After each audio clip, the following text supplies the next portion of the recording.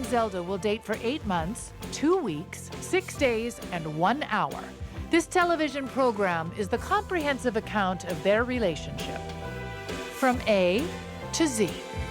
Hello and welcome to Chats, a television podcast, season 13, part 4? A to Chat Z. This is the 4th series in our season on shows that didn't last 13 or more than 13 episodes before getting canceled, which we have been calling 13 Under 13. My name is Alan, and I'm joined by the Wallflower intern who definitely didn't get paid enough to delete all instances of the phrase, Big Bird is a stupid rich bird from Manhattan from the company database. It's Magellan. Hey, I think probably a way for us to make the name 13 Under 13 still work, if this is accurate for all the shows this season, is there shows that were canceled before 13 episodes aired, maybe. Oh, then you don't have to change the name. True. Yeah, because 13 episodes of this aired, but it was canceled after like 5 or something like that. Really? Is that how? And they something like that, and they just aired the rest. Anyway, hello. Also, Hi. People should know it was a very contentious conversation that we could only resolve through a coin flip, whether this subseason would be called A to Chats with a capital Z at the end, or Chats to Z. And, it's impossible to say what the right decision is. You folks will have to let us know which one's better. Chats to Z has the better mouthfeel. A to Chats is a visual choice that you can't pass up when you're a show called Chats with a Z at the end. So, and you're covering a show called A to Z. A to Z, right? Yeah. So we're back, guys. We're back talking about canceled shows. John, are you happy to be back? Are you excited to be back in the world of canceled television? I am. I also just realized that there's also an A in Chats, and so we could be called Che to Z. CHAT capital A T O capital Z. Chatas. Cha to Z. Cha Che to Z. Che to Z. Cha to Z. Yeah. Wait, someone make that graphic. Yeah. Anyway. Oh. I'm very excited to be here. So this to remind folks, this stretch of season 13 is covering 3 shows. We are completing the Ben Queeniverse, which we began when we watched Drive in our last chunk of 3. We are watching A to Z now, and then we're going to break the Queeniverse up with the Birds of Prey TV show from the early aughts, and then we will go into Powerless at the end of this stretch of 3. And Birds of Prey was your choice. Powerless was a patron suggestion. And A to Z was my choice. And I am very excited to revisit the show. It was kind of Why a did random... you do this to us? It was a random sitcom that I caught on Hulu in 2014. And I remember it struck a chord with me, I think, because I was, a lonesome romantic in college, I suppose. And also that was around the time that I was trying to make my own kind of web video sitcom type stuff. And so I was very interested in sitcom format. And the show on its surface is really like, hey, this is like an unusual sitcom. Look. And then you look and it's like, just kidding. It's a normal little show. Pretty fun. But as someone who is a fan of Ben Feldman, Boom! Kristen Milioti, There it is. and titling conventions, I gotta say, Yeah. this checks off quite a few boxes for me. So I was happy to revisit it. That's all so true. And I'm happy to have known you through that beautiful period of your life. I think it's worth underlining that Kristen Milioti was the mother in How I Met Your Mother. Sorry. Did you say Kristen Milioti? Yeah. Did you catch that? Yeah, I did. Go ahead. I'm only saying it like that from now on. Sorry, Kristen. Kristen Milioti was the mother in How I Met Your Mother. Spoilers. That's right. So That was And March that of was like 2014. right before this aired. Yeah. Yeah, this is October. That's March. So you're like you're in the Lil Yachty fan club at that point, not the rapper, unless maybe she did something in college. I don't know about her what she did. And then was Ben Feldman in Mad Men at that point? What would I have known him from in 2014? I think Mad Men was probably the thing. If I'm looking on his IMDb, I'm trying to get a quick glance of when he was in Mad Men. He was in Mad Men from 2012 to 2014. So yeah, Yes. he was in that. Oh. And I think that was probably his break, because before then, the Mindy Project. yeah, he had some side roles in other things. He was in a show called Living with Fran for 26 episodes. Please be Is with this a Fran Drescher. Drescher? Please. It's Fran Drescher. Let's go. I think he was like Fran Drescher's son or something. Mother of two falls in love with a man half her age as she tries to make him part of the family. He was Fran Drescher's son in a one season sitcom. I'm vibrating. Fuck, it's 26 episodes. Oh, sorry. Damn no, it. two season sitcom. Damn it, I wish it got canceled sooner so we could cover it. I know. Wow. Living Wait, with and Fran on the Mr. WB. Charles Shaughnessy is in this show. Mr. Sheffield from The Nanny is in the show for Oh, 7 Mr. episodes. Sheffield. My Mr. You do a decent Fran Drescher. You do a better Fran Drescher. My Mr. Sheffield. Yeah, yours Kind of. is It's really like a. good. It's a. I'm touching my throat right now. It's like a high pitched Lois Griffin. Anyways. Anyway, yeah, I think Mad Men was probably his break that before the show that you'd know him from, and he's been in some other stuff since then. Superstore has been his big show, which that was right after this. So at least he got a stable gig for a little while. I find him very charming, and I think Kristen Milioti is she's an underrated actress. Yes, and stunning. Agreed. Also, just worth noting. Yeah. Before we get into talking about A to Z and what the heck this show is about, I want to read you something. Okay, please do. To sort of set the tone. So this show came out in October of 2014, which is a really fascinating time for culture if you've been on the internet, because I don't know, a lot of music and like aesthetics were being defined at the time. In the 2010s, had really been like solidified, and in 2021. One of the biggest TikTok trends / hashtags was 2014 aesthetic, 2014 Tumblr aesthetic specifically. Tumblr was like as big as it's ever been in 2014 with the music, the colors, the fashion. If you want to watch people try to recreate their 2014 looks, that's the TikTok thing to look at. Glad that year's getting some love. It was a fascinating year, right? It was a really interesting year. Yeah. Like, I can't remember where it ended up on our 2010s tier list, but I think it was pretty. I think it was actually pretty high. Now that I'm thinking about it, maybe. But I wrote a poem about 2014. I couldn't resist writing this. Knowing chats, if you know us, we know that we're sincere to a fault sometimes. So I didn't intend for this to be like a funny thing. It's just a poem that I wrote. It's like it's a little thing. All right, let's hear it. Dark black chokers line the skinny legs of our dreams. Arctic monkeys play at the clubs that we didn't go to. Rainbow drinks from Starbucks, making baristas hate us. But man, we did it for the vine. And we donned combat boots and black mascara to intimidate our foes. Our record collections went unplayed, yet we posted them like pure heroin and walked the moon. Things that we could say, but we could not do. We dreamed of a sensual, dark, mysterious life that lived in our collective unconsciousness. We said things like, when I'm older, this is exactly how I will dress, look, carry myself, every day, effortlessly. And yet, punctuated by taste, culture, so much culture, need more culture, the 2014 aesthetic undeniably sharpened itself to a razor's edge, ready to shatter. And there we were, stuck in the real world, with our dating apps, with Silicon Valley ideals, global tragedy on a scale that we couldn't comprehend, and a knife with a broken edge. Did we ever stray from this aesthetically pleasing life? Where did the fishnets and infinity scarves end?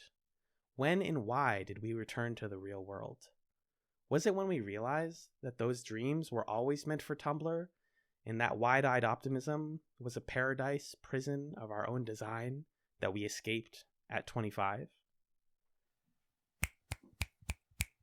Wow. Thank you. That was awesome.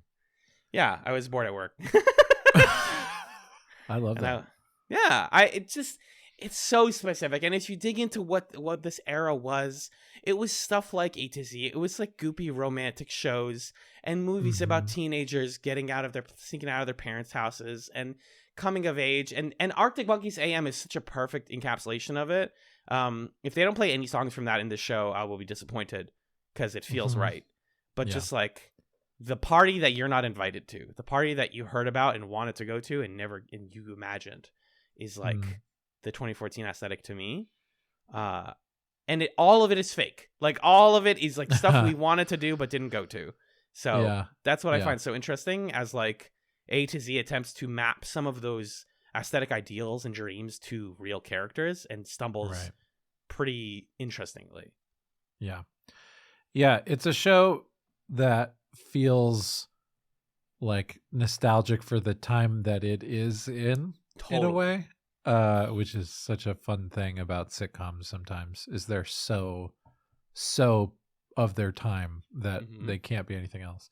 I remember I want to start talking about the show, but I want to set the framework of like what it is and set straight. I don't think I pitched it this way on recorded record, but I pitched it this way to you. My memory of the show was that it was like a love story told out of time, like different vignettes from the relationship of the two characters, and the letters are kind of like the thing that motivates us bopping around into time. But it's just a straight up like linear show and doesn't do that. So I don't know why I thought that was the thing, but it's not.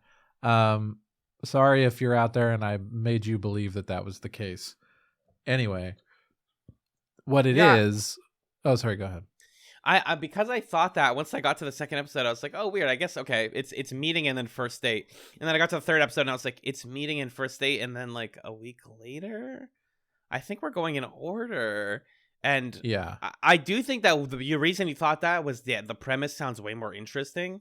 And there are like movies that have done stuff like that. But also that's like a little bit high concept for a primetime sitcom. Yeah. In my head, that was the reason why it was canceled. It was like too much, too hard to follow. But it was interesting. And I think the visual of like all the letters opening up in the opening titles made me think that it had like a gimmick to it, but it doesn't. It's essentially a romantic comedy sitcom, which I can't think of another example of that. So I guess that's what's novel about it, is we are following two characters who are kind of a classic rom-com pairing. And we are seeing them get into a relationship and be in that relationship for a long period of time. It's Andrew and Zelda. Andrew is Ben Feldman's character, and Zelda is Kristen Miliotti's character. And A to Z. A to Z. He's a romantic guy who's like kind of sensitive, and that's what's happening there. And of course we're going to make some jokes about like, oh, that's a little feminine because it's 2014 or whatever. And he works for a dating service. Oh, flashy, tech job.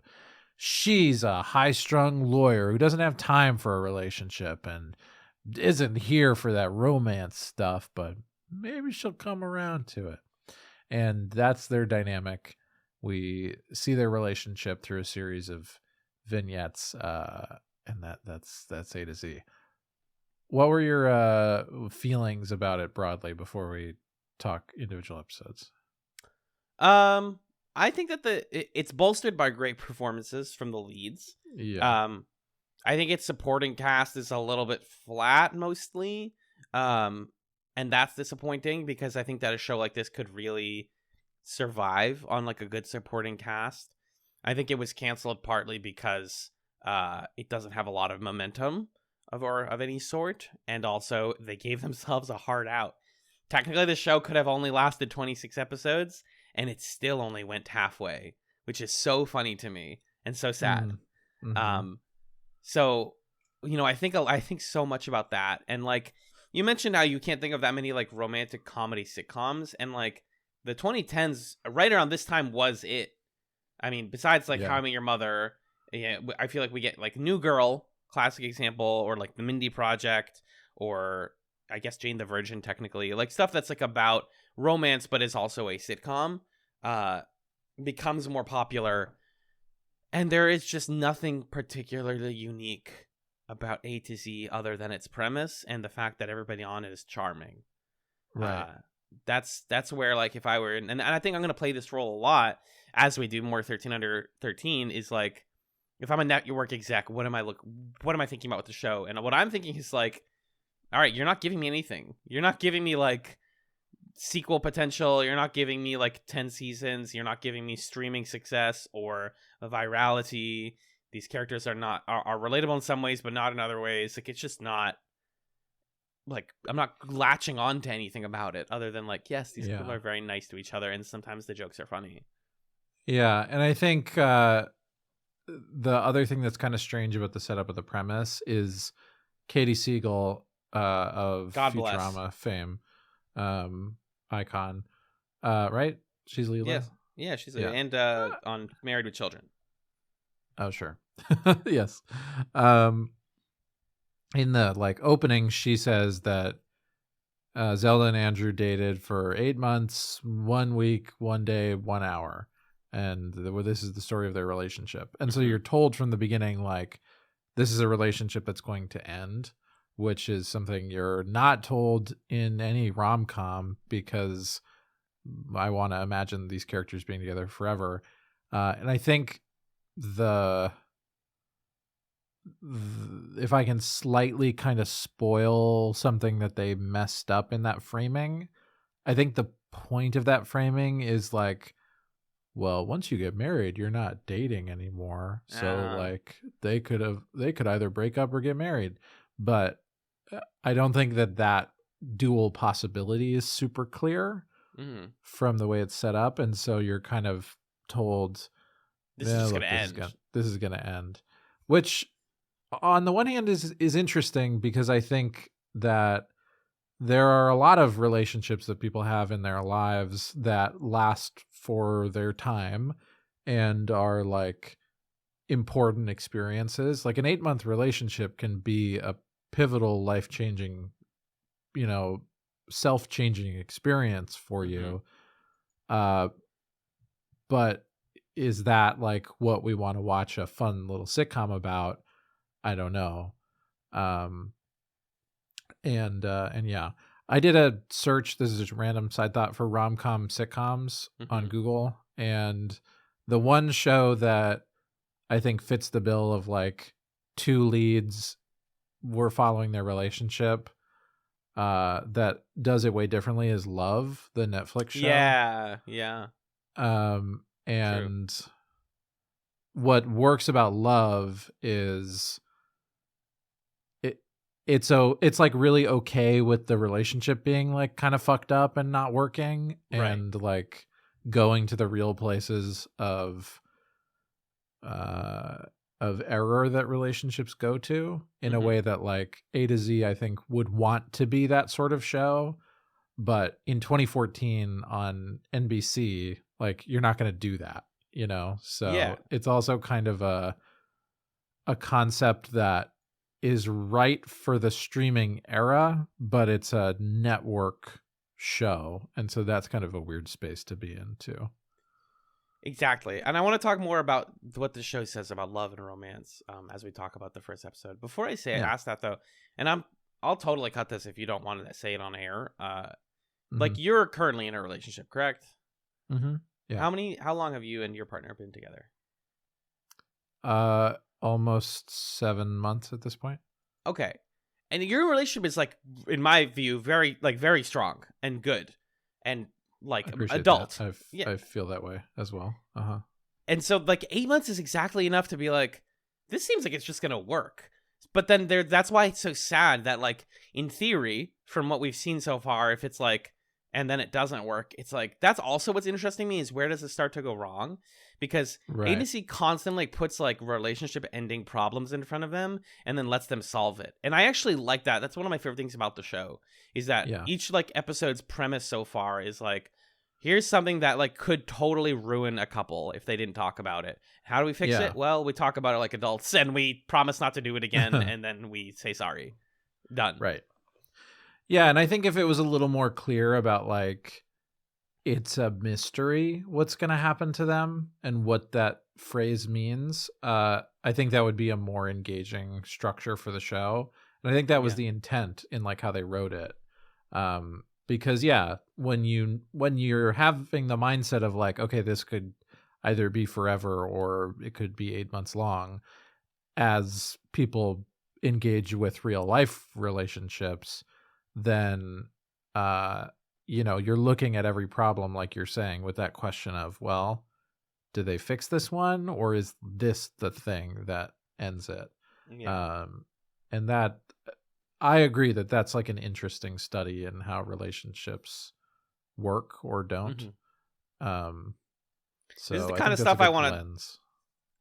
This is the kind of stuff I want to talk about with this series, because like, I think as a sitcom, it is bog standard mostly. Its characters do things that are mostly predictable and occasionally funny, but it's mostly like, oh, the problem that they put in front of Andrew and Zelda here is fascinating. How are we going to Yeah. solve that? And the people in their orbit as well. Yeah, I think the joke writing in the show is pretty decent. Yeah. Like I think the dialogue is good.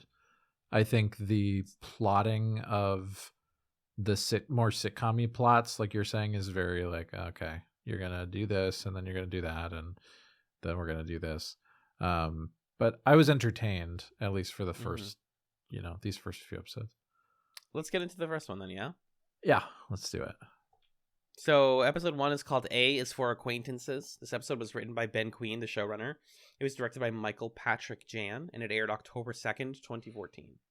Magellan, what happened in A is for Acquaintances? This is a summary of the whole episode, it looks like. So I'm going to read it out, but just so people know, this is the whole episode. Yeah. I didn't write this much of a summary for all of them. I just did for the first one because it's like, here's the show. Makes sense. Just as the hopeless romantic Andrew Laughlin begins to grow cynical about his work for an internet dating site, and perhaps love in general, he happens upon dissatisfied customer Zelda Vasco. As it turns out, Andrew and Zelda, the titular characters, both work in the same business park and decide to be friends. While out for some innocent drinks, Zelda hears a song that reminds her of a terrible concert she was dragged to. Andrew also remembers being dragged to the concert and monologues about a girl in a silver dress he saw there. He believes that Zelda was that girl, and that fate has brought them together. An unsure Zelda flees the bar, claiming she wasn't the girl and that she doesn't own a silver dress. When Andrew enlists the help of his programming friends to scour the internet for proof that she was the girl, they discover they weren't at the same night of the concert. Zelda storms off and mulls over the silver dress she secretly has in the closet. She decides to let her defenses down just a little bit and calls Andrew. When she confesses that she was the girl in the silver dress and says she wants to give their relationship a second chance, Andrew leans in to kiss her, and their 8-month relationship begins as acquaintances. Mwah. Mwah. Smoochie. Mwah. So I right out the gate, a company park is a wild setting for a show. So interesting. I think it's great. Yeah. The dynamic that they can see each other's offices from their windows is fun. I hate COVID so much, dude. I hate COVID so much. How much it has ruined and like deleted the concept of an office park. And like the show, my other thing with the setting is like Silicon Valley seems so. Is this Silicon Valley? Because it's LA. I guess does Silicon Valley extend down to LA? It's not. I wouldn't call it Silicon Valley. Well, okay, so like Los Angeles tech culture then is so like romanticized here. Like, oh, isn't it cool to like work at a fun dating app? And like at the same time, there's like a deep cynicism to the Wallflower like company right out the gate. But then so much of the show is about Wallflower and like Andrew's co-workers and his friends, and weirdly, especially in this first episode, I was like, who is Zelda? Who is literally half of this show? And Right. why is she so cynical, other than what we start to learn over these episodes, which is like, she is affected by a lot of trauma. And yeah, I feel like the show is about Andrew and Zelda's involved at this point. That's how I felt about the pilot. What about you? Yeah, I was feeling a similar thing. I think the show, in terms of their character dynamic, it is wanting to present two people who have very different perspectives on love. And I think my supposition is that they started with Andrew as a character. And I mean, I don't know Ben Queen, but maybe he is like Andrew or something. And maybe that's where that's coming from. But he feels pretty lived in as a character. Okay, he's a guy who loves love and has certain quirks and foibles, and that feels pretty complete. And now we're going to create this other character, Zelda, who is his foil, who has the opposite opinions. And then we're going to figure out, well, why does she? As opposed to like thinking about who she is first and her characterization coming from that. Yes. And to me, that's made all the more obvious by the fact that Andrew is the one who has the like job that is tied to the themes of the show. And it's like part of the inherent irony of his character that he like works for this dating service, but doesn't believe in that form of matchmaking or dating. He believes in like a more love at first sight destiny kind of thing. And then Zelda's job is, I'm a lawyer, but don't worry, I only do the good law stuff. Every time somebody says that they're a pro bono lawyer in a TV show, I wince, because pro bono does not mean that you do good law or that you do altruistic law. It means that you do law because they people aren't paying you, and so you elect to do it for free. So, and often that can mean, in some cases, that, like for my friends who are lawyers, that you work at a firm and they have things that need to be done, like immigration law, or like really tough, actually not quote unquote good guy law. And they're like, well, but we need somebody to do this pro bono, so you're our like backup. Like people can't afford us, and they take to you. It's not. It doesn't mean she's a good guy, but the show is like, don't worry, she's a good lawyer. That's totally fine. Right. And yeah, it just feels like this this weird excuse to be like, she's so uptight, but she's always wearing like pretty hot clothes because she's a cool lawyer. Okay. I don't love that, but it is what it is. The funniest gender stuff at the top of the episode was like Katie Seagal is explaining who Andrew is. And, you know, Ben Feldman's like a cute guy. He's got kind of like a whimsy to him.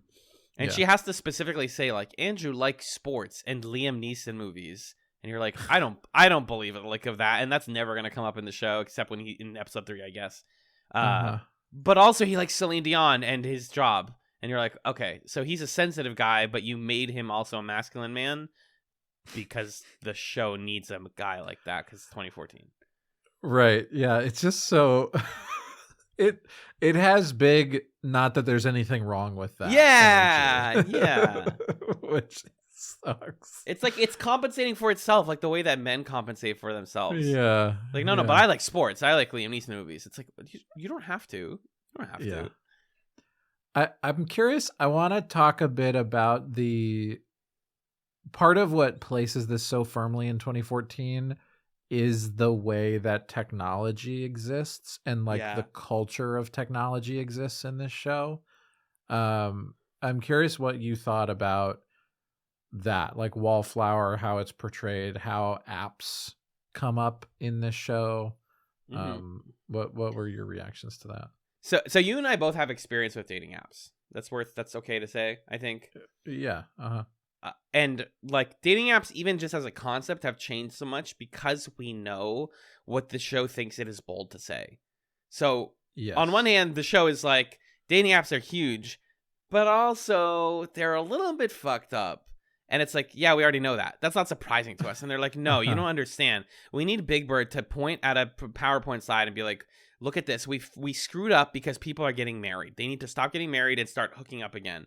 And it's like, yes, we know that. And now they make apps that are specifically not about that. Like we are like 5 levels of dating app culture beyond, oh no, the apps just want us to hook up. But like, right. It feels like this isn't even what dating apps are anymore. And it's really interesting to me to see that change happen.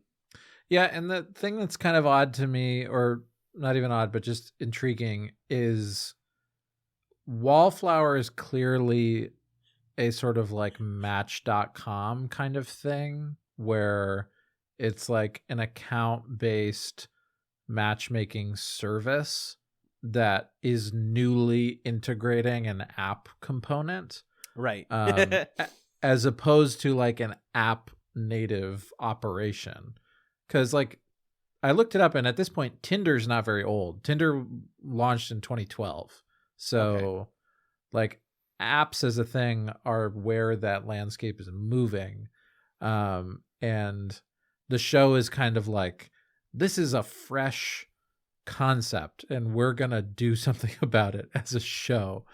But like you're saying, at this point, yeah, you know, dating apps are like, yeah, if you want to find somebody to marry, like pay us $20. Just give us money. Just hand us your dollar. We're not trying to trick you. We're just telling you, like, give us money and you'll get matches. It's that simple. Yeah.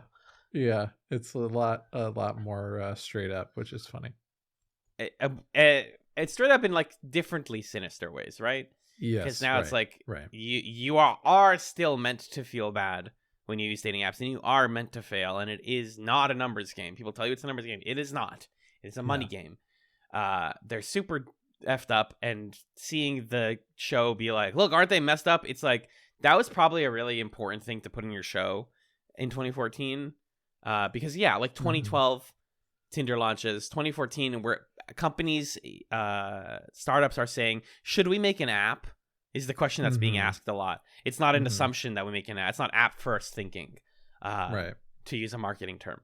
So like, they have a service. They know how it works. They know what works for them, and we get to, you know, dig into like programmer culture and the stuff that, like, you know, Chuck walked so that agency can run. Shut up. Like jokes for Magellan and only Magellan. Yeah, I think there's also this vibe in 2014 that it's like still cool to be a bit techno utopian about like Silicon Valley style stuff. Yeah. Like it's still okay to be optimistic about social media and those sorts of things. Totally. Which at this point, you know, almost 10 years on, is not the case anymore. So it's also just sort of funny that like we talk about the kind of sinister qualities of Wallflower, but it's like cutely evil, and we're just in this nice office just kind of chilling and living our life. So that was something that struck me too, is like we're making these critiques, but we feel safe doing it. We're not actually like genuinely worried about the decline of society because of you know, social media and Twitter especially. Internet 2.0 or whatever it is. It's a different kind of like, it's cute. We're not thinking about like, oh, maybe we won't have social media in the next 5 years at all because we goofed it up so damn badly. This came out the same year as the film Chef, which I chat-sommed a couple weeks ago, and also features a major plot line that's like, dude, I like blew up on social media because my son posted a picture of me. I accidentally added a food critic instead of DMing him because that's how social media works, and now he wants to come visit me. Like the integration of like adults trying to learn social media and people having an understanding of what that means, as opposed to people have now in 2023 have simply grown up with it and have not lived in a time where we didn't have it. And that's like really hard to swallow, but this is a show that exists with one foot still pre-social media, and that's really interesting. Yeah, and not to say too much about episode 2, but there's this interesting thread in episode 2 where it would be like, oh, Andrew, is using the Waze app to track Ah. Zelda's location, and the camera's like, let's get really close on the Waze app so people know what it looks like and what we're talking about. It's a funny GPS, yeah. Yeah, and just that way that like a show in 2014 is still trying to figure out like, how do we talk about Yelp? Okay, I guess there's going to be a character that does it. Versus nowadays, like every show is like, oh, the way that you do phone stuff is it's an overlay on the screen, and we just sort of do it and then move on. Yeah. And that was interesting to me too. It's changed. It's changed faster than a lot of other depictions of media in television. Yeah. Let's talk about some other big hits of this episode, though. So we get introduced to Stu, who is every 2010s sidekick guy friend, toxic masculinity.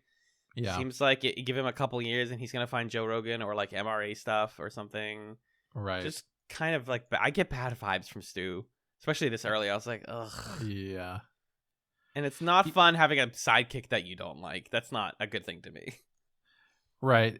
It's a real like post Barney Stinson type guy. Yes. Oh. Where it's like we still think that this is funny, but it's starting to get not as fun. But the guy playing Stu has pretty good comic timing. Yes. And so I don't always hate him. And I think he sells stuff in a fun way. But the character of Stu, it's like, okay. Yeah. And he gets good lines and he delivers them well. Going back to the dating stuff really briefly, one of the ways that Zelda ends up in the office is because of a bug on the Wallflower app where she's matched with a girl, and it is played as a huge plot twist that she might be bisexual, which God. That was a big like I just teleported. I just teleported into 2014. Oh my God. Yeah. It's not weird. And then immediately they're like, no. Just kidding. She's not bisexual. Don't worry about it. Like, we just came off of Sense8, which was only 3 years after this, and it plays it as like a cute throwaway joke. I know, right? Sorry, Sense8 season 1 is 1 year after this. Sense8 season 2 is 3 years. No fucking way. That's not possible. That's doesn't compute in my brain. So we progress. That's what I'm saying. Like, we progress with this stuff really fast. It helps you understand how ahead of its time Sense8 was. Exactly. And how in season 2 a character is like, hey, I'm bi. Is that weird for you? And then the other guy's like, no. All right. Moving right the fuck along. And this is like, oh my God, she's bi? Like, bi is in like a goodbye, or bi is in like, oh. It's like, dude. Yeah. The cringe is coming from inside the house. Mm-hmm. More 2014 stuff. The fact that the way that they met is that she, when they go on to the date at the bar, she is Shazamming a like fake Lumineers / Arcade Fire band. And she says, why do they yell hey in every song? It's the millennial whoop. Yeah. That's a term for that. Tis the era of the millennial whoop. And like them meeting at a bar and like all that stuff. At this point, we get introduced to Steffi, who I do like a little bit more than Stu. Steffi is Zelda's friend. I adore the character detail for her in this episode, that her problem with dating so far is that she adopts the taste of everybody that she dates. Yeah, that's a fun concept. That's like, not to call anyone out, that's like people I know are like, I don't really like anything. I just like what my girlfriend likes. And I'm like, okay, you don't really have anything. That's like the guys who go to concerts and just, put their hand, my favorite like stereotype of a guy at a concert puts his hand on his girlfriend's back while she has all the fun. It's just like he's or she's like that guy, but like if the gender was flipped. So she ends up with Stu, but because he betrayed her and made her think he was a jazz guy, kind of a goofy twist. Yeah. I just wanted to say I like that took out the question of Stu and Steffi getting together until it didn't.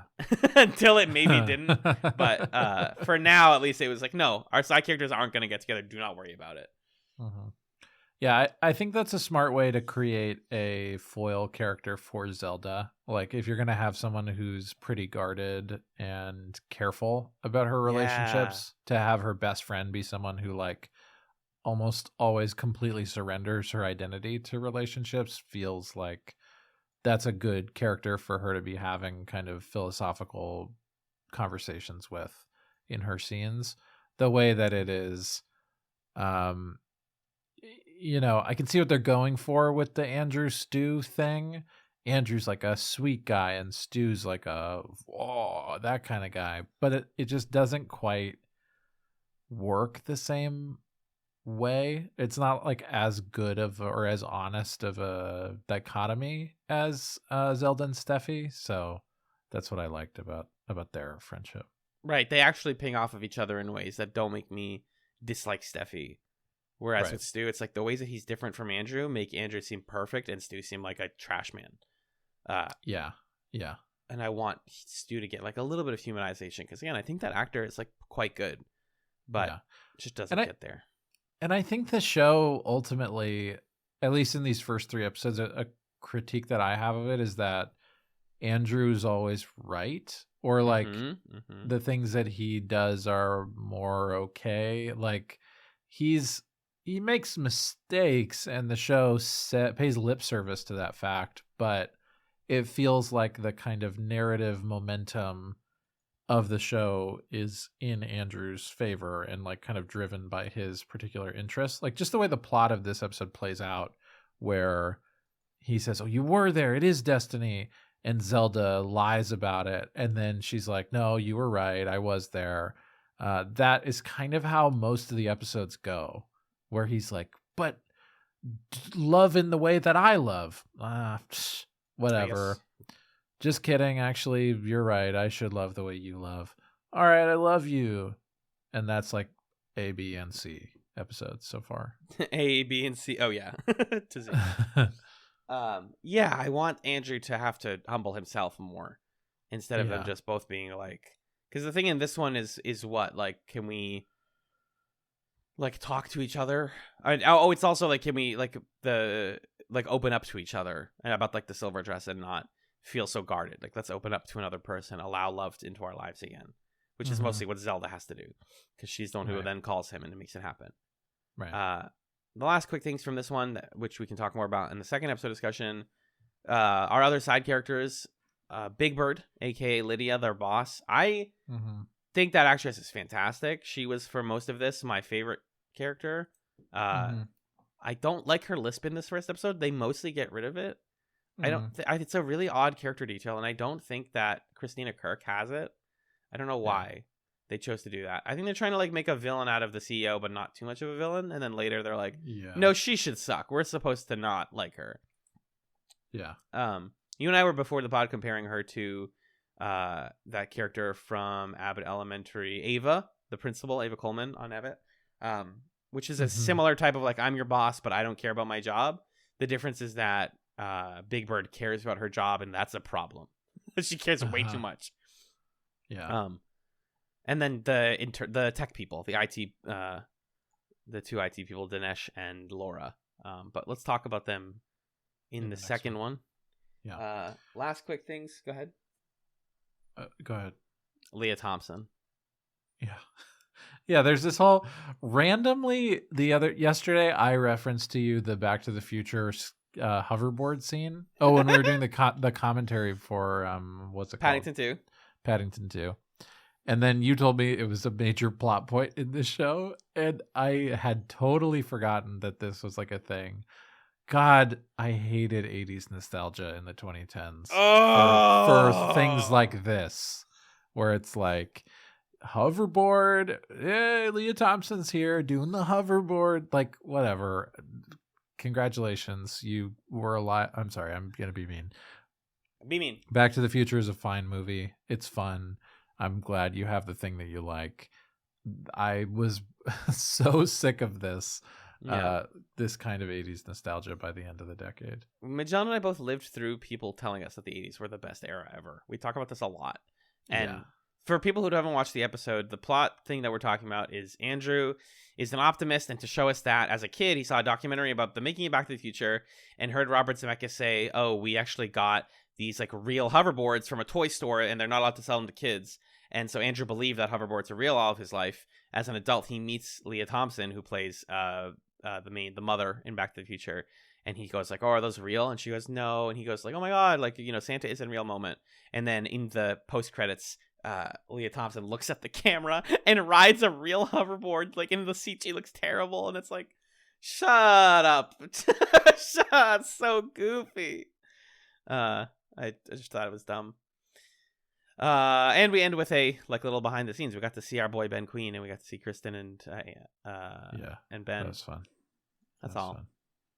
You want to talk about the second one? Just a couple of quick shout outs to things that were funny to me in this one. Yeah. There's this random thing when Zelda's like being introduced where she's on the phone and says, "You can try a child as an adult, but not the other way around." And that's like a really cute crime. And then she's like, "Oh, that does sound like a really cute crime," which was verging on like I wasn't cool with the joke until they made it funny. On it. Yes. Yeah. One of the cocktails at the bar is called a Martini Luther King Jr. Oof, I wrote that down. Feels very 2014 for some reason. Uh-huh. The Bader Meinhof set of jokes was really funny because Andrew and Zelda explained to Stu what that is, and he's like, "That's stupid." And then immediately another character mentions the concept, and he's like, "I just learned about." Wait a minute! Oh my god, that was pretty clever. I like that. Yeah. Yeah. Also, we didn't mention this, but like the way that we're accessing this show is. It was very difficult to find. Hugely difficult. I'm gonna assume that people listening have probably not watched the episode. Yeah, this is the hardest show to find so far. Yeah. I guess so. I mean, On the Air was a really weird thing to access. Oh god, I forgot. Wait, did we really watch that whole show through the VHS? Through the DVD, the DVD rather. Yeah. What? Okay, that's the hardest. I'm sorry. No, you're right. 13 under 13 is gonna forever be our how hard is it to find shows, because companies can stream all of their stuff as long as it makes them money, and canceled shows don't make them money, so they never put these things anywhere. Yeah. But at least there was a place where I could buy On the Air from somebody, even if it wasn't really legal or whatever that was. But this, it's like nowhere, because On the Air had that energy of like, it's a David Lynch show, you're probably interested in this for like kind of TV scholarly reasons, right? Yeah. Nobody is preserving A to Z in the same way, which is a bummer. I was gonna say that it still makes me sad that shows are not preserved. Even if they're terrible, you should still preserve the show somewhere. Put it somewhere. Yeah. And it sucks when it's like on Amazon Prime and it's like, this isn't available to you. Sorry. Right. We know it exists. We have all the episode descriptions, but we're not going to sell it to you. Like, I will buy it. I'll spend $20 or whatever. I don't feel that attached to my money. I don't have fiscal responsibility like that. Yeah. Anyway, so we're watching it in a way that we can't recommend to people in good conscience. It wasn't even on the torrent sites. That's what well, no, the thing is, we are now 4 for 4 on 13 under 13 shows that have absolutely awful SEO. Yeah. On the Air, garbage. Drive. Garbage. Yeah. New Amsterdam, not that one, the other one, garbage. Tough. Yeah. A to Z. The first time I typed this into a torrent website, it gave me every torrent that they have in the A to Z order. And I was like, are you fucking kidding me?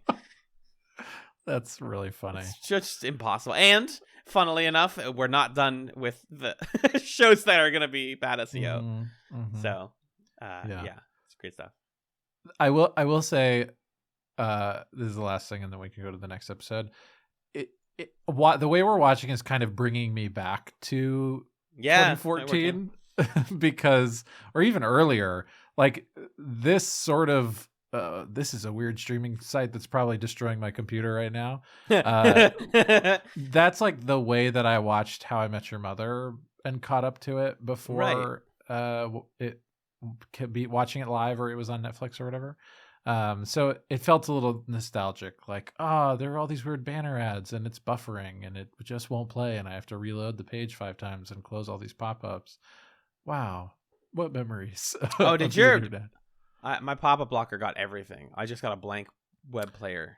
No, my pop-up blocker did not get everything. Okay. Oh, yeah. It's from an era, and I too was like, that's how I watched Mad Men. I torrented and put on a USB stick to watch on my PS3. That's how I watched Mad Men. That's iconic. 'Tis the era. Let's talk about the second episode, yeah? Let's do it. So this one is called B is for Big Glory. It was written by Ben Queen and Ryan Coe. Once again, directed by Michael Patrick Jan and aired October 9th, 2014, just a week later. John, can you give me the summary for B is for Big Glory, please? In this episode, on the heels of Andrew and Zelda's great night together, neither is quite sure where they stand. We learn of Andrew's Big Glory song, which is the end credits theme for a baseball show he liked as a child that plays in his head whenever he feels things are going particularly right in his life. With Stu's encouragement, Andrew goes on a date with Brooke from marketing, during and after which Andrew and Zelda both try to play it cool. Meanwhile, Andrew's boss Lydia, aka Big Bird, revokes her no office hookups policy and encourages all Wallflower workers to test the company's new dating app. Hijinks ensue, and Andrew and Zelda go through a series of misunderstandings before agreeing on no more games and no more seeing other people. Zelda finally finds her Big Glory song, and they plan their next date. I can't believe I wrote handmade summaries. I brought back handmade summaries for A to Z, dude. That's great. I love it. Thanks, man. This one's straightforward. I thought it was cute that they were like, it frames it as if they kissed all night. And then it's like, no, they talked all night. We're just going to cut back to the kiss because that's fun. And again, this is how I knew that this show wasn't out of linear order, because it was the the night 8 hours later or whatever, after the last one.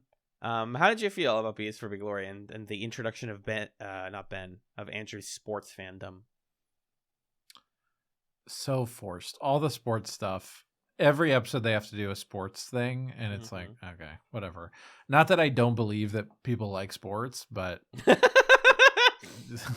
okay, cool. You watch the baseball show. I like this one. I really, really enjoy. I think my favorite character is Howard, who is Lydia's second in command, and he had his first like big moment in this episode. So I like it for that reason. He is absolutely the Smithers to her. Yes, Mr. Burns. Yes, and he literally. Ben Falcone does an amazing job playing that sort of a role. It's really fun to watch. Live action Smithers, the dream come true. I love it. Yeah.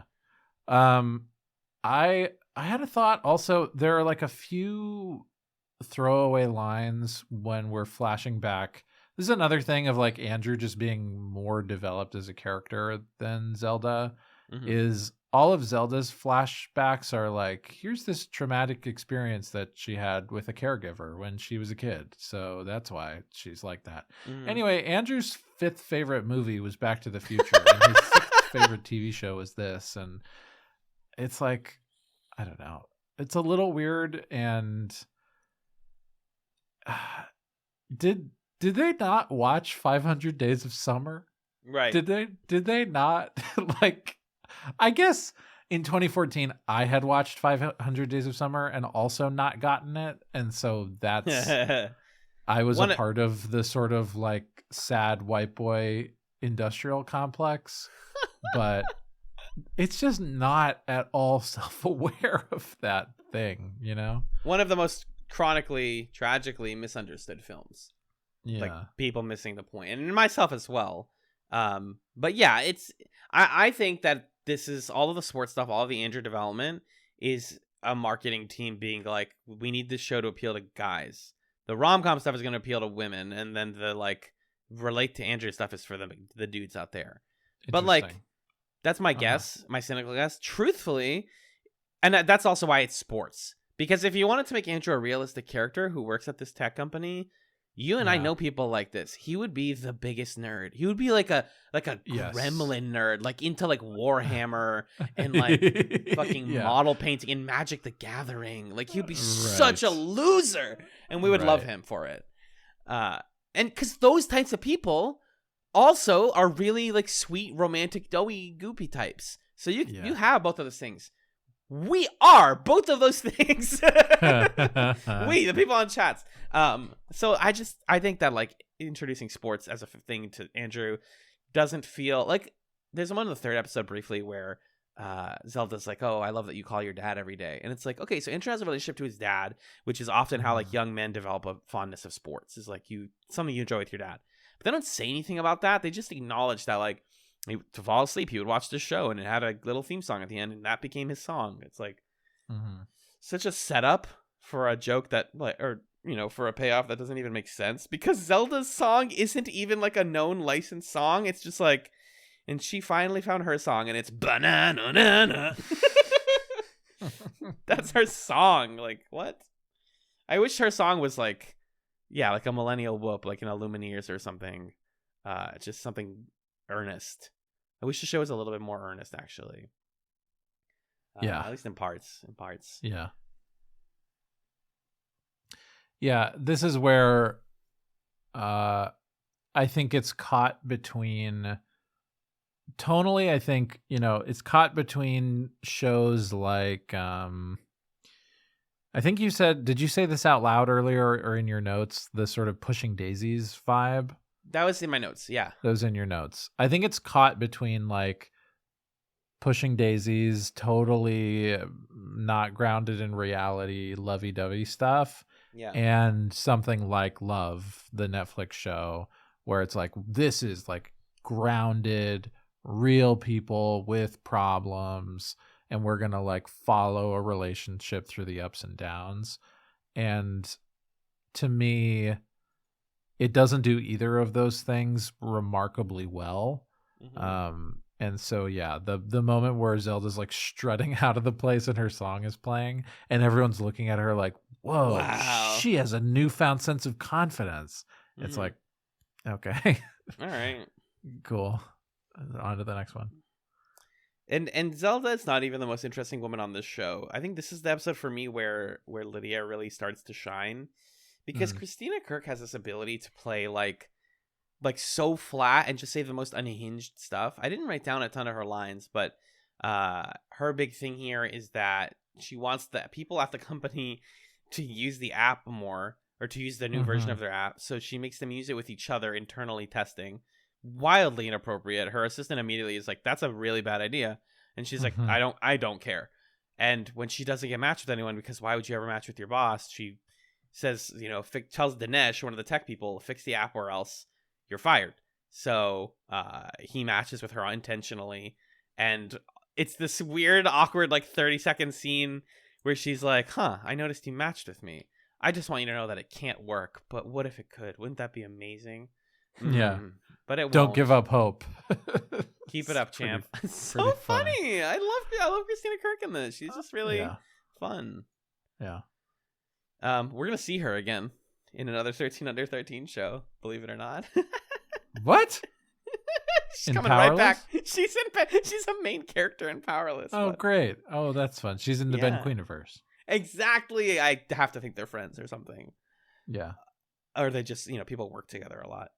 I don't know. All of the Brooke dating stuff in this one kind of made me feel bad, but the show kind of like dialed it back, where Andrew's checking on Zelda on Waze during his date, and the whole time you're like, oh my god, what is he finding out? And then I'm thinking like, Brooke must feel fucking terrible, and I feel so bad for her. And then the show is like, no, it's fine. She's doing the same thing to Andrew. She's making her ex, or she's basically making her ex jealous, who works at this restaurant as a chopper. And they hint at the fact that the chopper is a little bit weird, because one, he calls himself a chopper. And then also she's like, oh, he used to always like fight with me. And I'd be like, no, stop yelling. And he would yell. And then I would be like, no, get away from me. And he would get like, she kind of like suggests that he's like a fucked up dude. And then he runs at Andrew with a knife. And it's like, okay, Brooke has her a little bit of agency here. Yeah.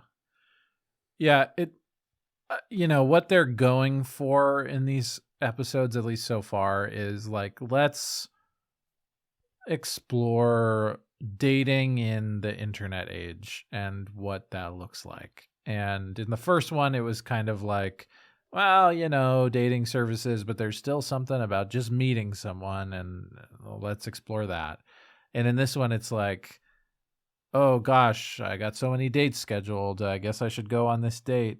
But like, I don't know, maybe this is more of a thing that people are used to nowadays, but he could have just said, hey, sorry, I had this date already scheduled. I feel weird canceling. And Zelda could have been like, okay. sounds good. Thanks for telling me. She says that at the end, like, we can talk about this stuff, but if we're going to be serious, then we can't date other people. Right. But before that, we don't know that we're serious. Yeah.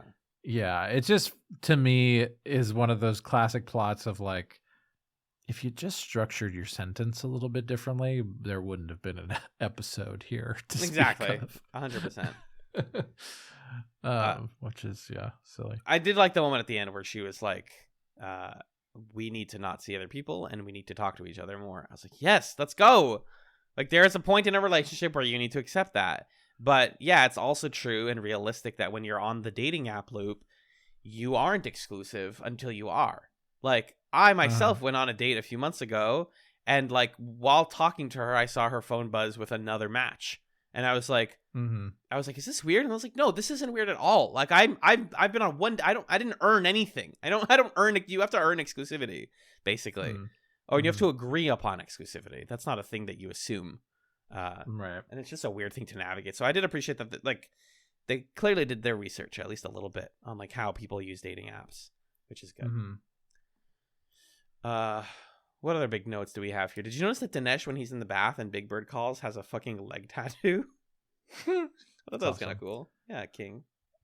What did you think of our other side characters here? We haven't really talked about them that much. There's Dinesh and then Laura. Yep. Right? Hong Chau's character, Academy Award winning, no, Academy Award nominated actress.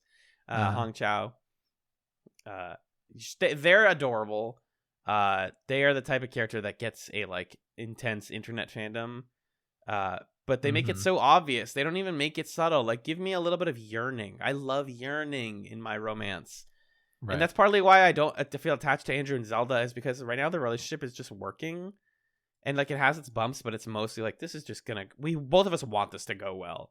Whereas at least with like Laura and Dinesh, it's like, we tried it. It went terribly.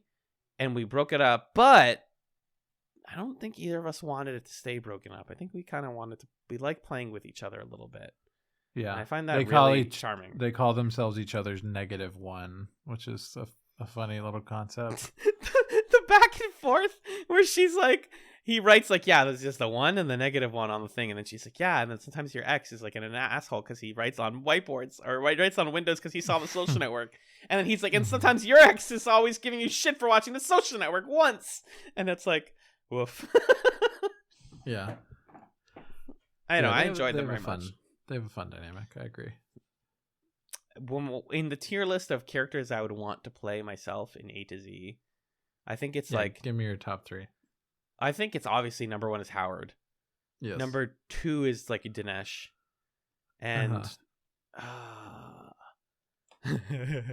can number 3 be Gustav from episode 3? I just want to be like a background hot guy and then leave. Right. What about you? Howard's number 1.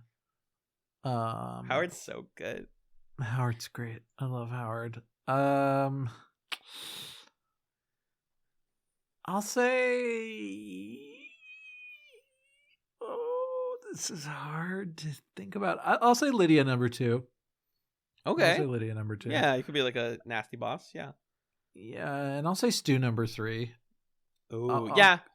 I'll accept that challenge. You could fix him. You could make Stu a good character. Fix him. Yeah. I'm trying to see if there's any. Oh, there are a couple Stu lines actually that I had a good laugh at in this one. Okay. So there's a moment where he and Andrew hug towards the beginning of the episode, and this must have been improvised. He says, "We're never chest to chest anymore." So funny. And then later in the episode, this whole episode, part of the other thing in this episode is like both their friends are giving them bad advice, which is like kind of a boring sitcom trope, to be honest. But Andrew kind of snaps at him and says, "What happened to playing it cool?" And Stu says, "I'm not a role model," which is a great response to that. So all delivery. He really sells some of those lines in a way that's pretty fun. My hardest laugh of all 3 of these episodes was also a Stu line, even though I'm more of a Lydia fan. But Stu, when he's in the restaurant spying on Zelda's date, he is, first of all, he's like eating sushi and doing a weird little accent, which is whatever. And then he's on the phone with Andrew and he's like, oh, I'm loving this like muddled cocktail. And then he sniffs it and drinks it and goes, we don't muddle enough stuff anymore. It's like, whoa, that's an incredible line. I think the side characters make the show. That's the truth. For good and for better and worse. And so when they don't work, the episode tends to drag because otherwise Andrew and Zelda are like, they're cute. They're cute. Yeah. They're just, but that's all they really are for me right now. I do want to again underline like the fact that they not only work together or not work together, but work in the same like area, but also her office is literally a window away. And so he's like, imagine having your like girlfriend a window away from you at work, how like interesting that makes your relationship dynamic.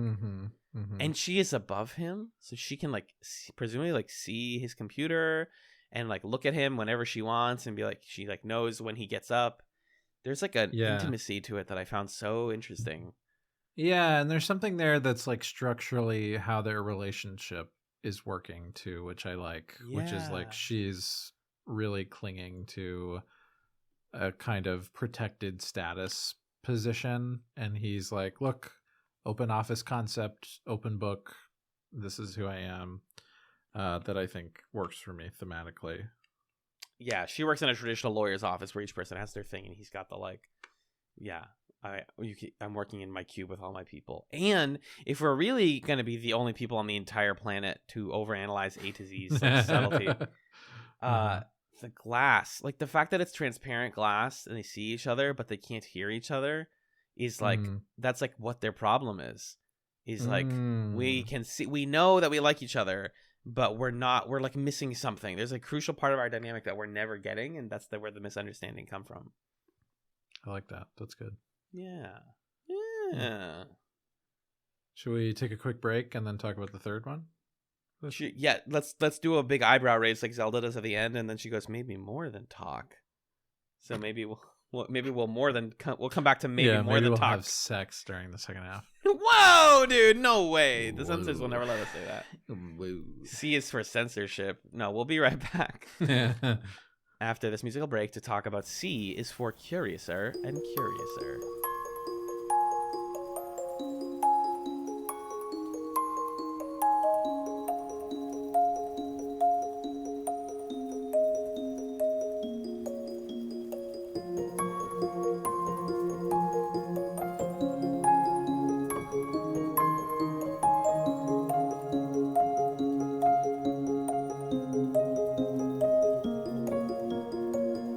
Welcome back to A to Chats. Sheesh, that's a silly thing to say. I'm still Magellan. That's still Alan. How's it going? It makes a little bit more vocal mouth feel sense if you say A to Chat C, but that doesn't. What? That's not what the word is. Welcome back to A to Chatsy. A to Chat C. Welcome back to Che to Z. Welcome back to Che. Is it Che Guevara and then Che? Who's the other guy? Michael Che. Che to Che. Got there. Che to Che. It's the ghost of Che Guevara talking to Michael Che. What an amazing romance that would be.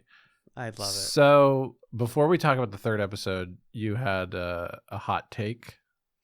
Yeah. So I have a couple of thoughts on like how they would update A to Z in 2023. Obviously, they would finish it. I love this. Oh. I think that Zelda would actually be bisexual, and the plot in the first episode would be this moment. Here's what the episode is. So Stu tells Andrew, I'm really trying to internalize these names on this 13 episode canceled show. Stu tells Andrew that like dating a bisexual girls is like finding a unicorn. Like it's so rare and awesome and hot, and it's so gross and weird to me because it is how people think and have thought for years. That like, and it gets into this like interesting gender dynamic where like being a queer woman is fine, but being a queer man is like weirder. And so I think that the episode in 2023 would be Andrew trying to reconcile that toxic masculinity and then like bring it up to Zelda and be like, hey, I think one of the reasons I like you is like you're bi, and that like he asks her like inappropriate questions about that, and she's like, don't make it a big deal, and it doesn't mean that I love you any less. Done. That's like a pretty good plot. It's like about someone like learning and growing and doesn't like disregard her autonomy and like choice of who she loves. Yeah. They just they don't have the words for that yet. It's sad to say. They haven't seen Sense8 yet. It hasn't been on TV. And sometimes last point on this, I promise. Sometimes I say that as if like we never talked about being bi in 2014. Obviously, we did. We've been talking about it for centuries. The idea of like flexible sexuality. What I'm saying is that network TV, written and created for major audiences and corporations. Sitcom. Yeah. NBC sitcom primarily created by like straight white people is not going to have the language to talk about this. Not like TV did not have the language. That's not true. So that's what I got. I really like that. Yeah, I think these are my quick thoughts on what a 2023 A to Z would look like. I think it would deal more with gender and sexuality as a thing, a set of questions. The app that Andrew works at would have a much more specific use case because like a dating app. Yeah, it's just funny that in the second episode they're like, they swipe, we tap. That's our thing. But in 2023 it would be like, this is a dating app for I don't know, like people who drink oat milk or something. Well, that's not a good idea, but you know what I mean. It would be that probably exists. Very specific. My brain's trying to come up with a name for that app, and it's not going to happen. There's no funny name for it. Yeah. That's a thought, and then what was the other thought? Oh, Andrew and Zelda would talk a lot more about their attachment styles. If this was in 2023. Zelda, by the way, is avoidant attachment, and Andrew is anxious attachment. I think so. Yeah. Ooh, what's their love language, babe? What's their love language? Did you watch Big Joel's video about? Yeah, that's why I was. It was entrapment. I was gonna like let you go off about. Pretty good. Pretty good video. Yeah. Great video. I just thought that because it's pretty critical of the idea of love languages. And I know that you and I have like talked recently about like love languages in a positive way. So I think it's critical of filtering all of love through love languages. And what I like about love languages is it's like a conversation starter. It's like kind of like a scaffold or like an intro into how do I express care, as opposed to like a unified field theory of acts of care. Well said. Which is what Big Joel's critique was. But I do think their love languages are. I think Zelda is. Zelda's hard because they don't characterize her very well. Andrew's gotta be like a physical touch kind of guy. Yeah. He wants a hug. That's what he's into. He's a hugger. I'm still looking at oat puns, trying to find you something. Hold on. Thank you. I was hoping this would swing back to me. Yeah. I had one other 2023 thought, but I can't remember what it was. I'm sure it'll come back to me. Anyway, we watched the third episode this week. It's called C is for Cancel. Sorry, C is for Curiouser and Curiouser. That was mean. I apologize, Ben Queen. Written by Ben Queen and Bill Callahan. Directed by Steve Pink. Aired on October 16th, 2014. Alan, what happened in C is for Curiouser and Curiouser? In this episode, things turn awkward when Andrew and Zelda each do some online snooping and discover secrets about the other that they wish they hadn't known. Meanwhile, Big Bird does some meddling on her own at Wallflower to shed some light on how fellow coworkers really feel about her. And Stu teaches Steffi how to find the perfect guy in the world of online dating. Oh, that last plot leads to another point I have, which is that this show can't resist being cynical about online dating. And being like, hey, the trick to it is to lie and to use these little things and to use personas. And it's like, it reminds me of like in 2014, have I told the story about how I discovered Tinder? No. How I first heard that it exists? Quick story, short story, funny story. Be me, be in college. It's 2014. You're sad, you're bored all the time. A friend of yours from class is like, there are these cute girls at the college next door. They're going to give us Adderall if we do a science experiment with them. Wouldn't it be crazy if we went over and did that? I'm like, I don't know. I guess I'll do literally anything. So I go over there. We do this science experiment where we like answer quiz questions while there's like a heart rate monitor reading us. And then there's no Adderall. I don't know why I even thought I would be the kind of guy to do that. I was not. And then we're just sitting in the lab, like waiting for our next class to start. And they're talking about like, oh, like sometimes I just go on Tinder and I like match with guys just to mess with them. And I like tease them on there and then I unmatch with them. And I was like, what the fuck? Is it like a bullying app? And she was like, no, it's a dating app. So that's how I heard about Tinder for the first time. Oh, I love that. Just a little peek into the weird part of my life. Nice. Yeah, this episode's whatever. I think the snooping thing is important to bring up though, because like it's a really common thing when you start dating somebody online or start dating anybody now that you're gonna look each other date up. anybody in the presence of the internet, I think is really what it is. Yes, because like sometimes the show tries to be high and mighty about like Andrew and Zelda are like, no, we didn't meet through the app, and like we think that like they say it in this episode, like we believe that these relationships are better when you meet in person and you can form a real connection. And it's like, okay, you guys are already that insufferable couple who tell people like, don't look up people before you date them. That's a bad idea. But then the episode is about how that's a bad idea.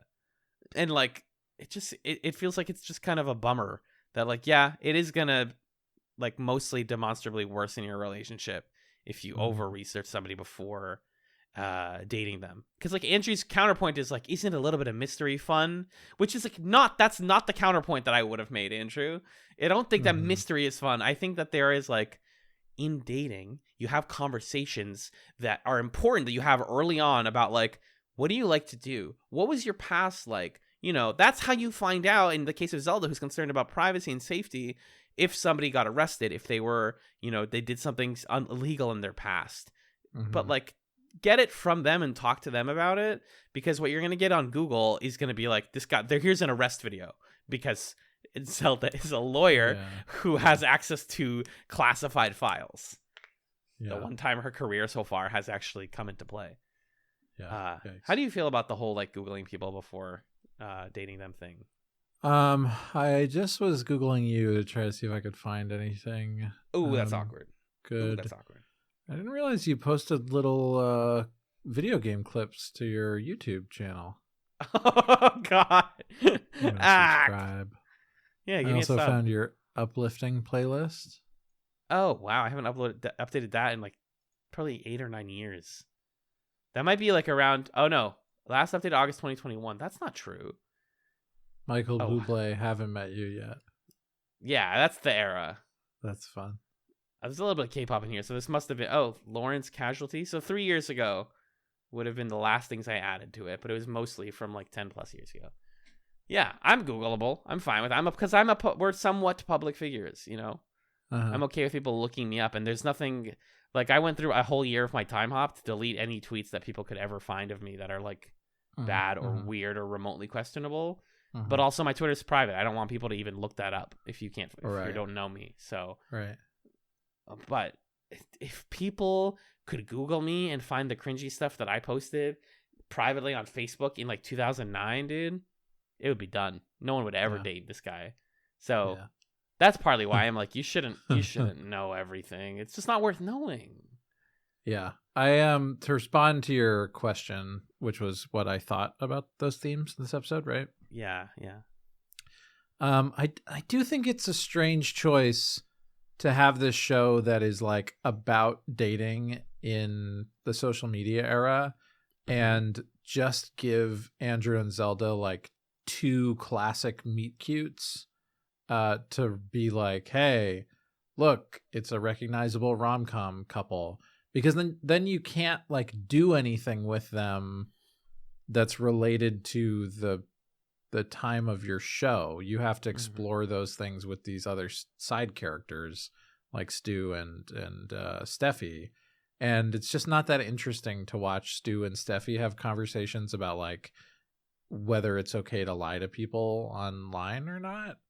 And we could have had an episode where Andrew and Zelda like ask each other about what was on their profiles and be like, wait a minute, when you said you liked cooking, you actually hated cooking. I just say that because people love someone who cooks. I don't even know you. Like, that's kind of a more interesting episode to me than I Googled you and I found this totally farcical sitcom plot where you got arrested at a football game. I had some Zima. What? You're a queer-coded man who likes sports? Huh? It's like, what are we doing?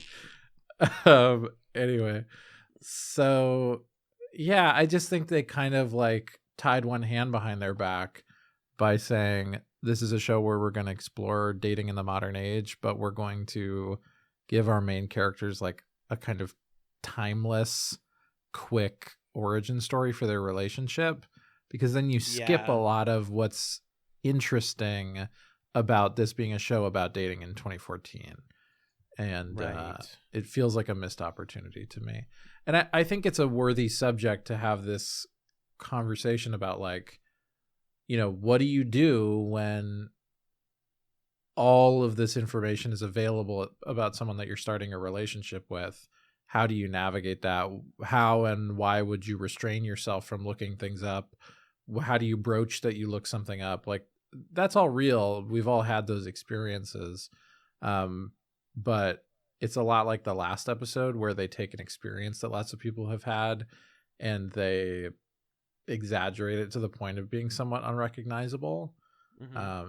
That just makes me feel like, okay, you almost had something, but I'm actually not a huge fan of where that went. Right. And you make a good point about, like, with all this access, also, is it your responsibility to look the person up? Did you, if you feel comfortable sharing, did you like Google your partner before you guys started dating?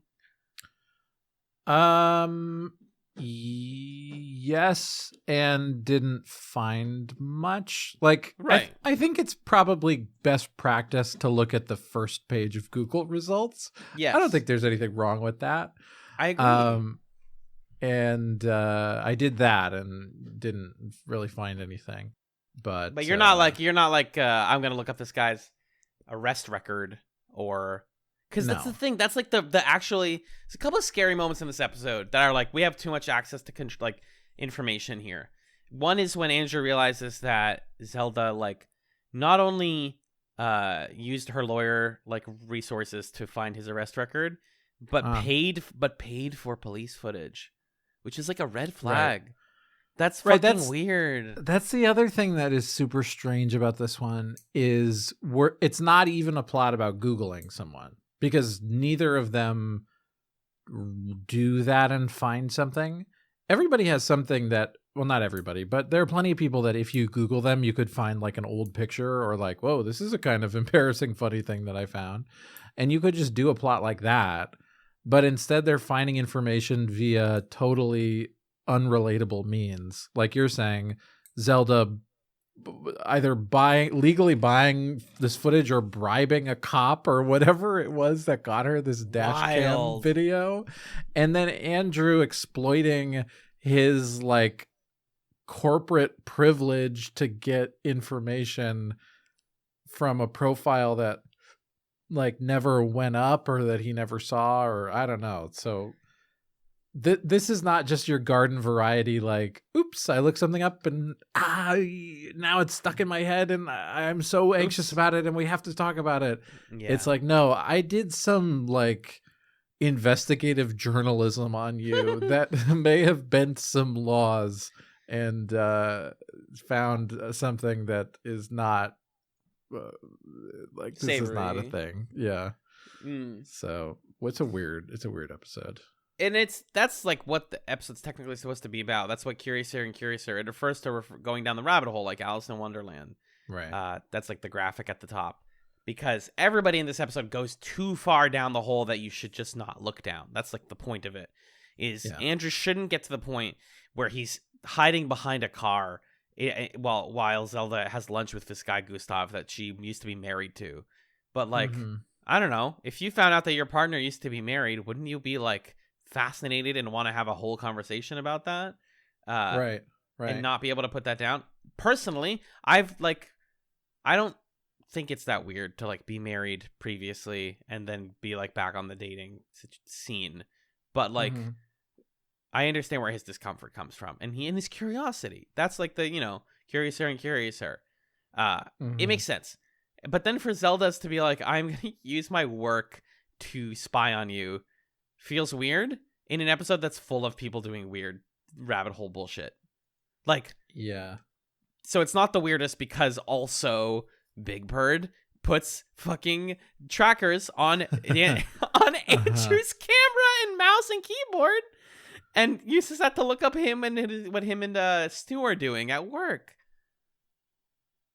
What? Oddly prescient for the post-COVID era of bosses. Like, have you heard about this? Charlie was telling me about this, that there are some companies, I mean, these are extreme examples, but that have tried to start implementing like work from home monitoring systems to like prove that people are working. Like your computer will take a random photo of you every 90 minutes or, something like that. I actually heard about that at my work, where someone was like, oh, I was on a really high up meeting and somebody brought up the concept of workplace monitor or like remote work monitoring. And so it's hypothetically possible, but that's dystopian to me. Yeah. That's really, really dystopian. That's like something I would quit my job for. TBH. Yeah. But it's worth mentioning. Like, and the show doesn't do enough to be like, hey, Lydia, that's so fucked up, because she's the villain.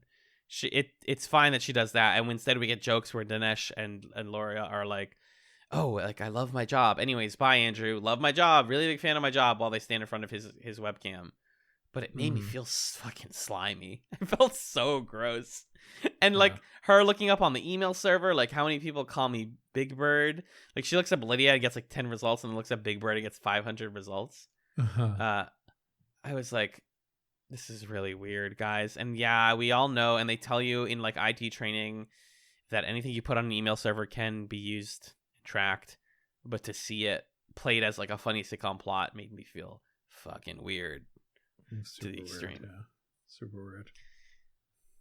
It's what's gonna happen when you're doing a 2014 like California tech world plot. Yeah. I will say I love the gag of Howard walking out of that room and smashing his laptop against the trash can to try to like cover his trail or whatever. Yep. That's pretty fun. Trying to be subtle, not successfully. Yeah.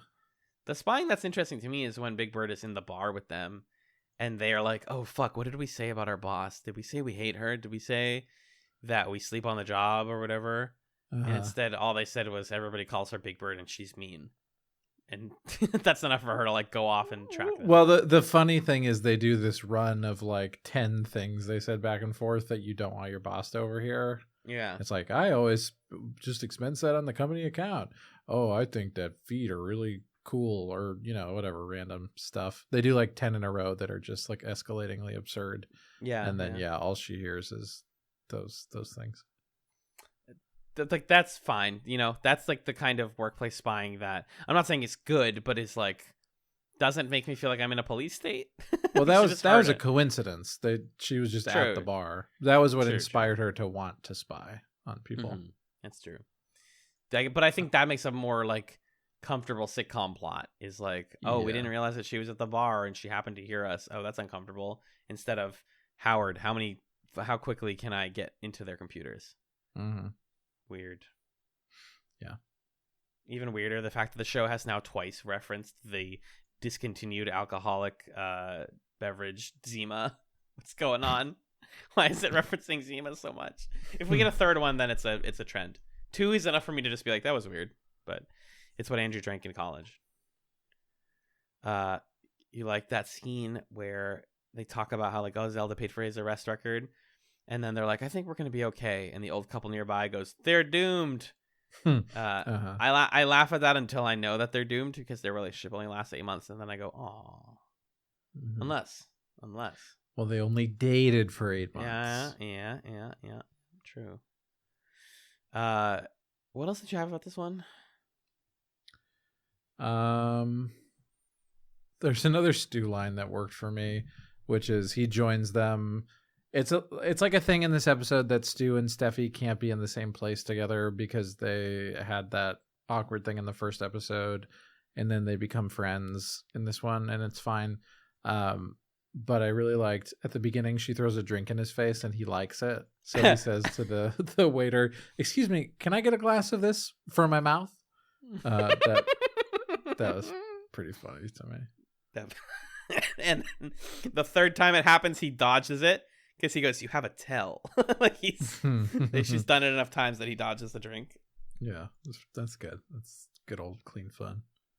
My favorite line was when Big Bird is talking to Howard about like pain, and she says, "Quote, my mother used to say that pain is just weakness leaving the body," which is such an unhinged thing to say. Well, and it's funny that his response is, "I'm sorry." yeah, that's the best part. Yeah, we're big fans of Howard, I think, still. Yeah. That's all I got.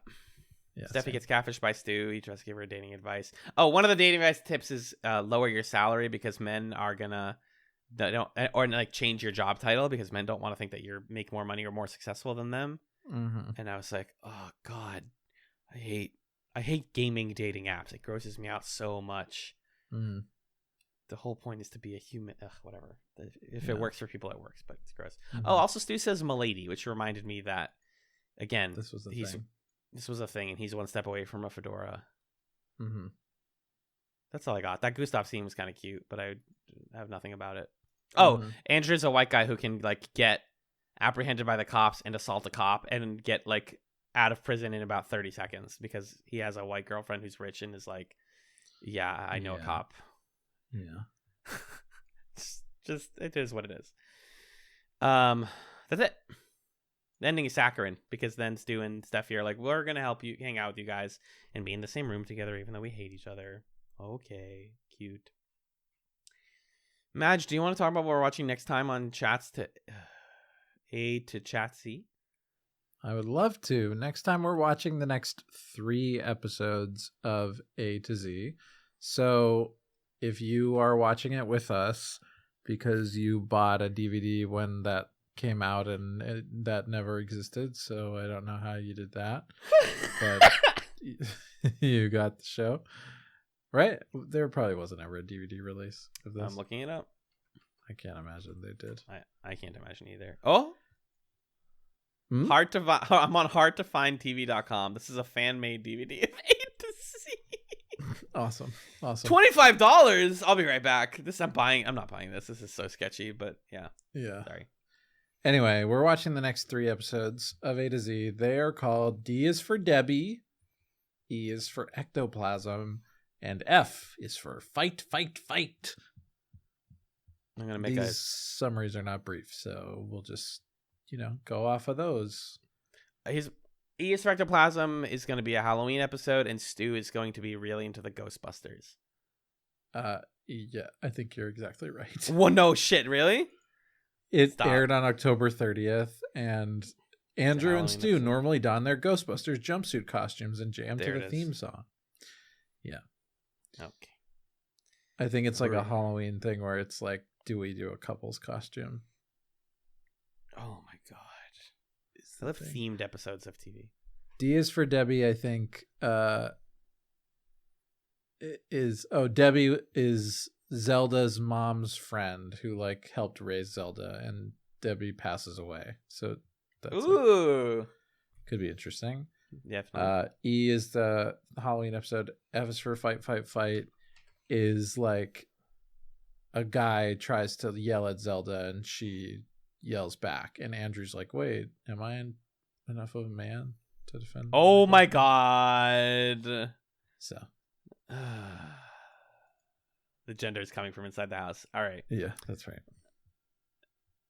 Do you want to tell me where people can find you on the podcast here, Magellan?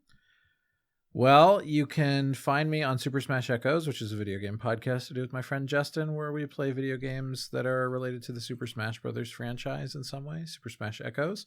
And you can also read some of my assorted writing on my Substack newsletter, which is a new thing that I'm doing.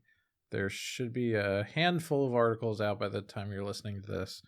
You can find it at notthatmagellan.substack.com. Notthatmagellan.substack.com. What about you? I don't have any writing at the moment, but I am on a couple of other podcasts. You can find my work other than chats on scanlinemedia.com. I wrapped up Oops More Anime, which is an anime podcast with my friend Six. We also co-host The Creature Quorum, which is a podcast where we discuss and rate the monsters of Monster Hunter and Pokemon.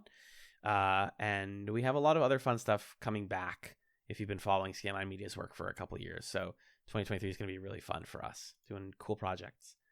And my personal gig is Talking Marketing, which is a bi-monthly marketing podcast I host with the AMA in Boston. I interview marketing professionals about their work and in a fun, accessible way for people who don't care about marketing. So check out Talking Marketing on Spotify or wherever else you listen to podcasts. That's what we got. Let's give it a plug zone. We're going to plug it in. Remember when people used to do like plug jokes whenever they would do the plug zone? People? Us? People. Plug zone time, folks. If you want to email us questions, comments, or concerns, our email is chatspod@gmail.com, CHATZPOD. We're at Chatspod on Twitter until Leon blows the website up. And you can look up Chats, the television podcast on YouTube. We do have a YouTube channel squatted. Who knows what'll happen there in the future. Mm-hmm. Wink! And then there's like a twinkle in my eye as I wink. Hey, do you still like Reddit? Well, we have a community-run subreddit. It's our Chatspod. It's pretty cool over there if you want to hang out on Reddit. If you like the pod, we have a couple ways you can support us. We're on Apple Podcasts and Spotify, where you can rate us and review us. We have a lot of good stuff on there, but we want more, so the algorithm finally likes us. And if you want to throw us a couple of coins, we have a Patreon, which is patreon.com/chatspod. We're at $1, $3, or $5 a month. You can support Chats monthly and get all sorts of goodies, depending on your tier, like an entire backlog, nearly 5 years of backlogged movie commentaries, wheel spins where people put things on the wheel and they vote and we spin it and then we watch the thing. Pilot chats, we watch TV pilots, just the pilots, not even the full canceled show, but only the first episode. And we got an X-Files podcast on there. It's great. $5 a month and more, though, you get thanked in every mean feed episode of the show. So as of today, our $5 patrons include, and I'm going to go from middle outward, Magellan's mom, Lee, Kat, Justin, Marcus, Michael, Nick and Pat of the Brothers at Infinite War, Six, Jen, Arthur, and Stefan. That was so hard. I had to track it with my mouse. And before we wrap it up, we have a website. It's chatspod.com. And if you like our podcast art, it was done by Camilla. She can be found at Camilla Strader on social media. And our final segment here, before we take it to the close, after a very fun episode of A to Chat Z, is Chatsums. Conk, like the pickles. We snack on them between now and next week. Magellan, what is your Chatsum or Chatsums for this week, please? I have two. So I was hanging out with my girlfriend and her roommates 2 days ago, and we just somehow ended up in front of a TV taking turns suggesting old videos on YouTube that we wanted to see. I wanted to see because one of her roommates had not seen the one where the guy's tasting the ice cream and he says, The cream. Bro, I fucking quote that on the daily. Sweet vanilla. That's so good. Please look up ice cream tasting guy on YouTube for that one. So in tasting, what we do is take a small amount right off the top. It doesn't take much. That's the warmest part right here. I'm going to invert the spoon. Cover all 9,000 taste bud. Aerate it. Warm it up. Driving up that top note. That cream. Pure vanilla. Sweeteners. That's a 10. So fucking funny. But it was that, and then we were watching some commercials from the 90s and the 2000s, and then I was kind of like, you remember when people used to just do this in the 2010s? You just hung out and had a YouTube party. So do that. Get off of Instagram for a second where you're sending all the things to each other's. Yeah, that's fun too. But sit around the TV and take turns just shouting out stupid little videos to put on the TV. That's a YouTube party. I hope you have one soon. So that's one thing. And then, speaking of YouTube, the YouTuber that I've been watching a lot of lately is this guy, Ali Abdal, who is like a productivity, self-help kind of YouTube guy. Not 7 side hustles you can start in 2023. I can't wait to watch that one. It's in my watch later. I might watch it right after this. So,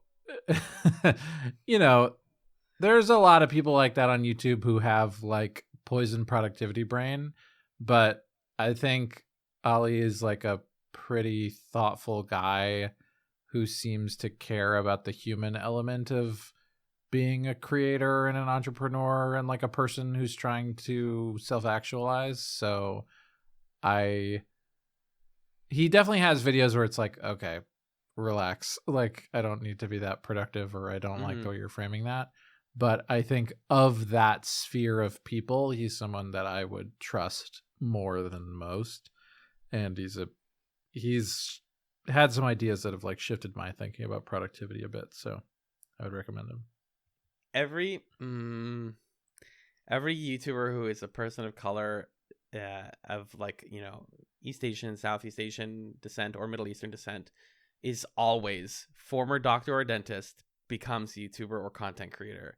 And as somebody who's on track to do the same thing, I just love to see it. I just fucking love to see it. So that's Ali Abdal. I respect the hustle, even though I'm trying to get myself off of productivity grind people. I see. It seems like his videos are well produced at the very least. Yeah. That's awesome. What about you? Gosh. Well, I've been watching a lot of stuff for the podcast. We watched Paddington, or we watched that 90s show and that 70s show. I have a quick game chatsum and then a quick TV chatsum. So, quick game chatsum, Persona 3 Portable just came out for the Switch. This is a game from 2006 that was on the PS2. It's in the Persona franchise, iconic JRPG franchise, one of the most popular ones of that genre. Basically, it's a school life simulator mixed with a traditional JRPG dungeon crawler, where you're managing your time and your social friendships and social relationships in the day, and then in the evening you are descending a dungeon or ascending a dungeon in the case of P3, and solving mysteries and stuff like that, and learning about people along the way. Persona 3 was the first one of those that really focused on social stuff. The first two are more dungeony, and I never played it. I watched 4 and I played 5, and the games are really fun, even though they have a lot of writing issues. And so far, I'm really, really getting a kick out of Persona 3. It has multiple versions, not to get into the weeds here, but so Persona 3 was released a couple times. Once was on the PS2, your guy runs around in 3D and in the dungeons and in the map. Then there was an updated version with an epilogue. Then it came out on the PSP as Persona 3 Portable, where you could play as a girl, and the story was different. You could date different people, but you couldn't run around. Now the game works like a visual novel where you click destinations to go there. So instead of walking around the mall, you just say I would like to go to the karaoke store, and then you do karaoke. People feel mixed about that, but it definitely expedites the JRPG bullshit of running around looking for things to do. And so this is a Switch port of that, and I'm liking it a lot. My TV chats, I've actually been getting quite a bit of enjoyment out of The Last of Us on HBO. I, for context, never played the game, but I watched a lot of reviews of the game when it came out, and the second one. So I know what happens, but I really like Pedro Pascal. I love him in Mandalorian, which is coming back soon, and I loved him in Game of Thrones. So I mostly came for him, and it's from the people who made Chernobyl, which, if you are a patron of ours, you know that we really dug Chernobyl, the pilot, a few years back. So the Chernobyl people made a Last of Us adaptation that is, so far, 2 episodes in, pretty dang good, and I recommend it if you're looking for a new show. That's all we got, folks. Thank you so much to all of you. Magellan, thank you for being the Andrew to my Zelda. And thank you all so very much for listening to Chatsy. Love. Milk. Goodbye, everyone.